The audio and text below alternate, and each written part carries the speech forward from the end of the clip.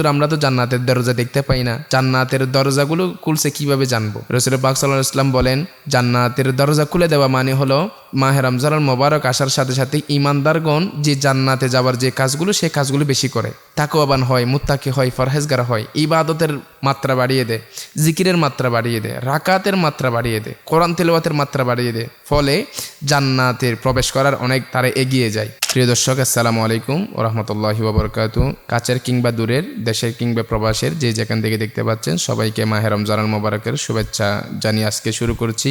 মাহে রমজানুল মোবারক ঈমানদারের কাছে যখন আগমন করে, তখন আল্লাহ পাক রব্বুল আলামিন সমস্ত জান্নাতের দরজাগুলো খুলে দেওয়া হয়। সুবহানাল্লাহ, সুবহানাল্লাহি ওয়া বিহামদি। সমস্ত জান্নাতের দরজাগুলো খুলে দেওয়া হয়, সমস্ত জাহান্নামের দরজাগুলো বন্ধ করে দেওয়া হয়, অভিশপ্ত শয়তানদেরকে বন্দী করে রাখা হয়। হাদিসে মোবারকের মধ্যে দেখতে পাইলাম, আন আবি হুরায়রা রাদিয়াল্লাহু তাআলা আনহু قال قال رسول الله صلى الله عليه وسلم إذا جاء رمضان فتحت أبواب الجنة।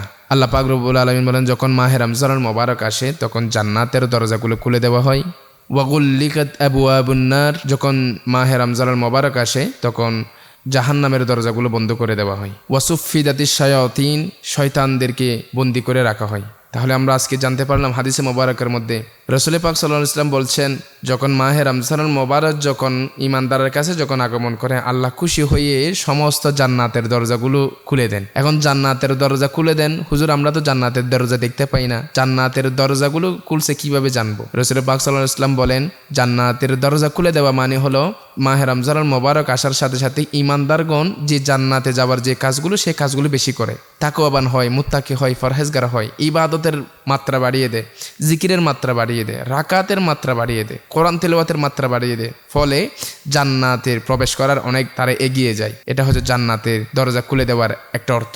আর ওয়াগুল্লিকাত আবওয়াবুন নার, যে জাহান্নামের দরজাগুলো বন্ধ করে দেওয়া হয়, মানি ফলে মাহে রমজানুল মোবারকের আগে যেই অন্যান্য মাসে যেই গুনাহের কাজগুলো মানুষ করার জন্য যেই একটা এই শয়তানের দুকায় পড়ে যায়, কিন্তু সেটা মাহে রমজানুল মোবারক আসলে তারা সেই অশ্লীল কাজগুলো, খারাপ কাজগুলো তেমন করে না।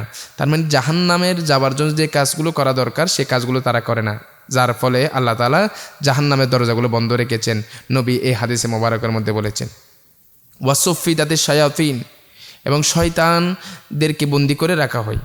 এটা বন্দি করে রাখার অর্থ মানে হলো, শয়তান অন্যান্য সময়ের মধ্যে যেই দুকাটা ঈমানদারগণকে দেয়, সেটা মাহে রমজানুল মোবারকের মধ্যে দিতে পারে না। কারণ যদি ওই ঈমানদারগণকে যদি দুকা দিত, তাহলে এই দীর্ঘক্ষণ তারাবির মধ্যে দাঁড়িয়ে থাকা, দীর্ঘক্ষণ যে এই রোজা রেখে পানির তৃষ্ণায় কাতর হয়ে যাওয়া, ক্ষুধার জ্বালায় যন্ত্রণা হওয়া, এগুলো কখনো সহ্য করতে পারতো না। কারণ ঈমানদারগণ এগুলো সব কিছু বিসর্জন দিতে পারবে, কিন্তু কখনো রোজা ছাড়তে পারবে না, তারাবি ছাড়তে পারবে না, কিয়াম ছাড়তে পারবে না। এটা হলো একটা মজবুত একটা এই দলিল।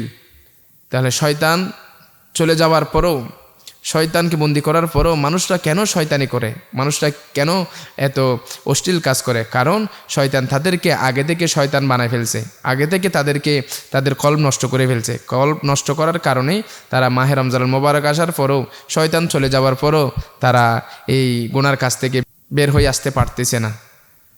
আল্লাহ পাক রব্বুল আলামিন যেন আমাদেরকে মাহে রমজানুল মোবারকের ফুইজাত আমাদেরকে দান করেন। আল্লাহ তাআলার রহমতের চাদরে যেন আমাদেরকে ঢেকে রাখেন, সেই তৌফিক দান করুন। যেভাবে আমরা রোজা রাখলে আমাদের রোজা কবুল করবেন, যেভাবে নামাজ পড়লে আমাদের নামাজ কবুল করবেন, আল্লাহ আমাদেরকে সেভাবে রাখার তৌফিক দান করুন। আমিন। আসসালামু আলাইকুম ওয়া রাহমাতুল্লাহি ওয়া বারাকাতুহু।